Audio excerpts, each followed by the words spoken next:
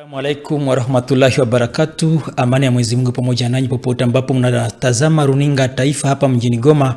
Tuwaletee habari katika lugha tukufu la Kiswahili. Wakati tuanzilia habari zetu kunako eneo zimoja hapa mjini Goma, wakati meya wa mji wa Goma aliweza kuendesha matembezi yake eneo tofauti, na hapo aliweza kukuta kwamba kuna viwanja vimoja ambavyo ni vya serikali na viliweza kupokonywa na raia wa mmoja wa hapa ndani ya mji wa Goma, na hiyo imeweza kuleta shida fulani saa zingine eneo ya sehemu ya Kisoko hapa mjini Goma, ikiwa ni katika kata la Kasika.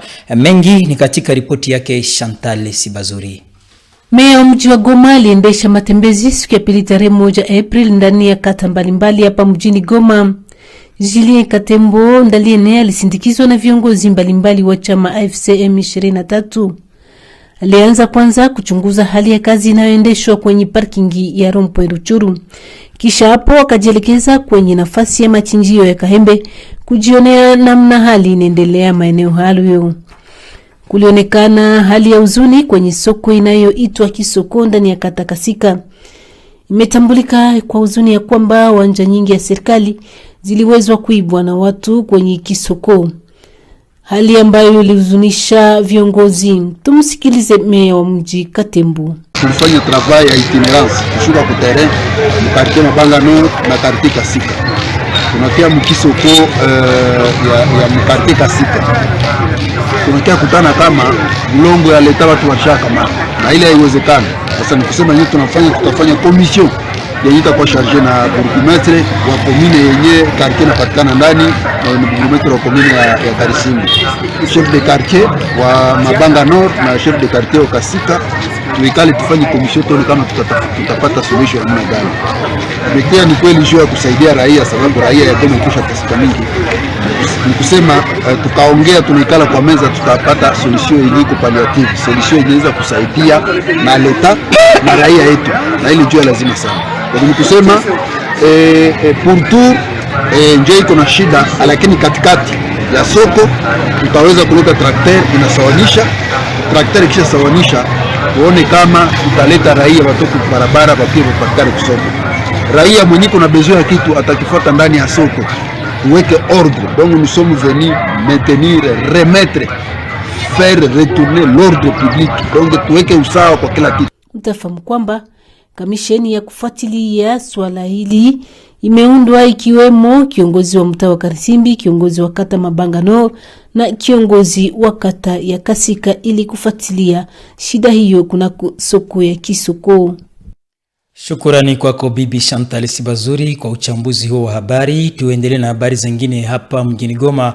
Wakati watembeza gari, yani madereva wa gari na wengine, wameweza kufurahia kuona wamepata hegemeo mpya ama parking hapa mjini Goma, ila wameomba meya wa mji wa Goma awasaidie ili waweze kuongeza upano wa parking hiyo, kwani gari zinakosa nafasi zimoja, na pia wameweza kusema ya kwamba waweze kuwaruhusu wapate nafasi ambapo wanaweza kuwa wakisimama ili waweze kuwachukua maabiria, kwani maabiria wengi hawafahamu nafasi ambapo hegemeo inapatikana. Dereva moja alikuwa na kauli hii. Parking vile kwa maana kusaidia kudiminua mchaji. Lakini parking ni kidogo sana. Gari ni zamini sana. Na sasa gari zinapaza mingi. Haiko kila gari kunaingia mule, na kuingia mule watu hawako wanaingia magari tu. Franga hakuna, hawako wanaenda mabisi. Sasa unajikuta hata utoke kule ukiwa uende mbele baja meri wanakufunga. Donc barabara tuko natumika tuko mala lezi. Tuko mala lezi kujiote kifedha kimwaya kutumika kisi mimi naweza simama na hapa, mimi nashimama ni boga. Nasikia mtu anakushikula tu acha ndio anakuja, unaweza kunga na mwenzako mbele. Vraiment vitu havivyo. Nyie mnaweza penda kufanyike nini? Parking ndio kila bisi kuna pakizia hapa, na unatoka hapa na kilia unafika tifasi fulani. Okay, mwingine anaingia mgari anaenda mbele. Ile parking yenyewe kwa pale parking kidogo sana, haitoshelei. Sio watu hawako wanaingia. Watu hawako wanaingia juu nini? Gari nafika pale wanapanda nyo wenyewe usiku mstari. Après makara 5 minutes gari hayayala. Sasa kliana yeye haiko oblige kuchunga ile gari iko na vyake yenyewe kwenda ndani, na ito mbio iko oblige kufuata gari yenyewe kwenda mbele. Tukuletee habari zingine toka sehemu za usultani wa Bukumu, wakati kiongozi wa sultani wa Bukumu Mwami Butsisi Kahembe wa Ine Isaac ameweza kusema ya kwamba mizozo ambayo ilikuwepo hapo awali kwa zama za serikali yake Felix Tshisekedi Chilombo, kwa sasa mizozo imeweza kutatuliwa na hali inaonekana kuwa tulivu. Rio Anamali alituandalia ripoti ifuatayo. Usultani wa Bakumu tarafani Nyiragongo iliyokuwa imekumbwa awali na mizozo ya asili kupitia ugavumenti ya Kinshasa, kwa sasa hali imeonekana kuwa tulivu. Mwami Buchichi Kahembe wa Ine Izake, mkuu wa asili wa usultani ya Bukumu, ndiye alithibitisha habari hiyo, akionyesha kuridhika na hali hiyo, akiwashukuru viongozi wapya kupitia juhudi zinazoonekana kutekelezwa kati ya raia na viongozi hao wa sasa wanao lengo la kuimarisha amani na usalama. Kufuatana na kutime yetu ya Bakumu, raia ya sheferia ya Bukumu na teritwari ya Nyiragongo kwa ujumla inaendelea kutusindikiza, kwani sisi si watu wapya.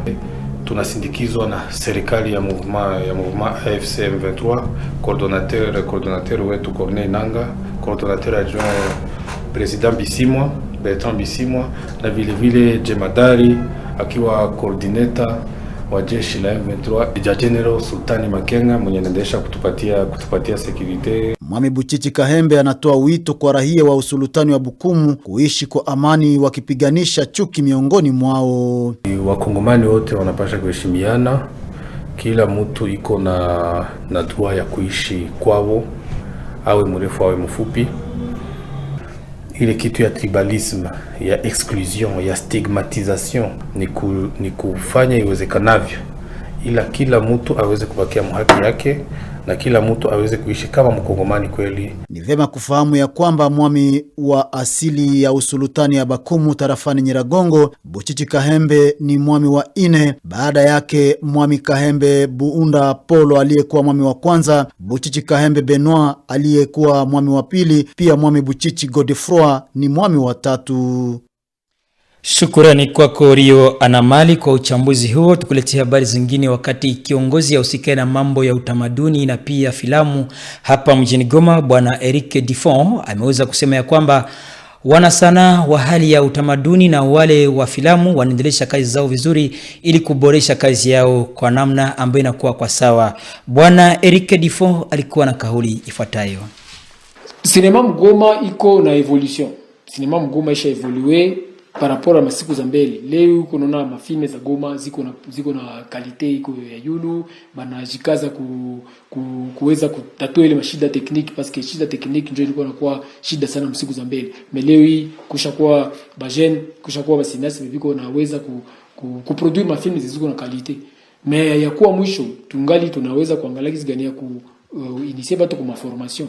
Mais cinéma leo ya Goma iko déjà na évolution, iko déjà en concurrence avec cinéma ya Mwafrika, en concurrence avec cinéma ya Kinshasa. Donc leo cinéma iko quand même ku niveau ya evolution ya yule.